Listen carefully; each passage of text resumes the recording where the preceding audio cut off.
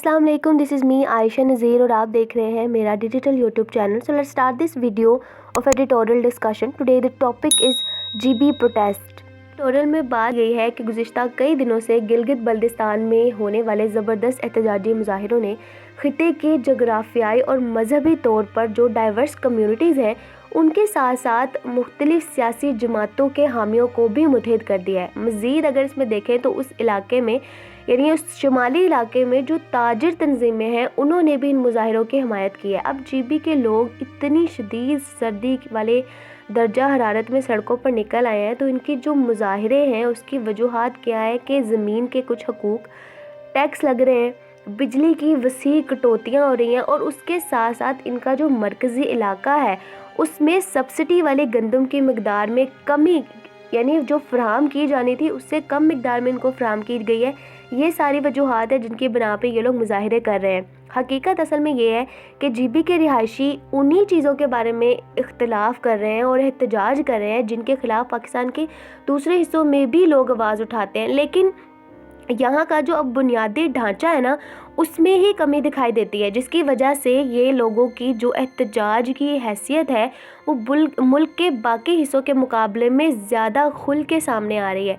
मुजाहिरीन GB के जो मुजाहिरीन हैं वो रेवेन्यू अथॉरिटी बिल के हकूक़ में नहीं है, जिसे रीजन की असम्बली ने गुज़िश्ता साल मंजूर किया था। अब इन मुजाहिरीन का कहना है कि ये जो वफाक में कोई नुमाइंदगी दिए बगैर ही ख़िते पर इजाफी टैक्स लगा देते हैं। अगर हम मज़ीद देखें तो मुकामी लोगों को इस इलाके में रियासत की ज़मीन पर कब्ज़े के बारे में भी शदीद तहफ़्फ़ुज़ात हैं।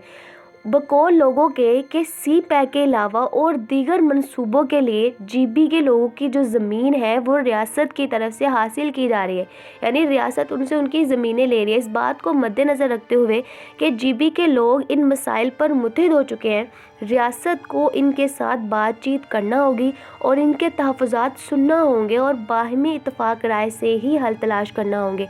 लोगों के गले में हल डाल कर मामलात को मज़ीद बढ़ाना महज एक बेवकूफ़ी है।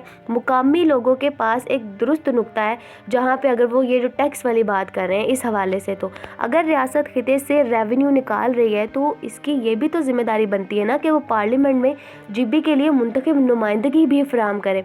बिलाशुबा तनाज़ा कश्मीर की वजह से अगर हम देखें तो ख़िते की जो आइनी हैसियत है उसको एक दफ़ा रोका गया था, लेकिन जैसा कि माजी में ही इस बात को ज़ेर बहस लाया गया था कि जब तक ये मसला हल नहीं होता तो जीबी के लिए एक आर्जी सूबाई हैसियत पर तो गौर किया जा सकता है।